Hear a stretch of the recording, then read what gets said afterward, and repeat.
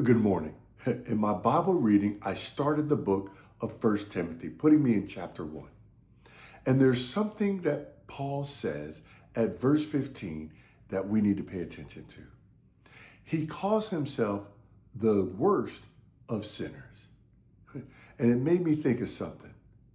The closer you get to Jesus Christ, the more aware you are of just how much of a sinner you are, and needed to be saved by his grace.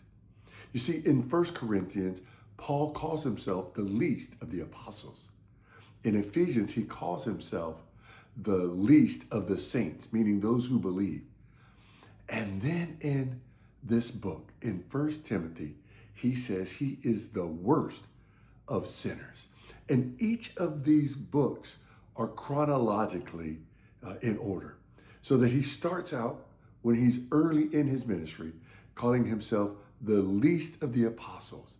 But by the time he gets near the end of his ministry, when we read in Timothy, he understands just how much of a sinner he was. And the reason why I say was because yes, we are all sinners saved by grace, but we're no longer walking in that sin. When you accept what Jesus did on the cross, God does not want you to call yourself a sinner. Yes, you were a sinner. Now you have been saved by grace and you are righteous in his sight. Sometimes our words and what we say to each other, and what we say to ourselves can pull us into a life of sin that God didn't call us into. Have a blessed day. I love you.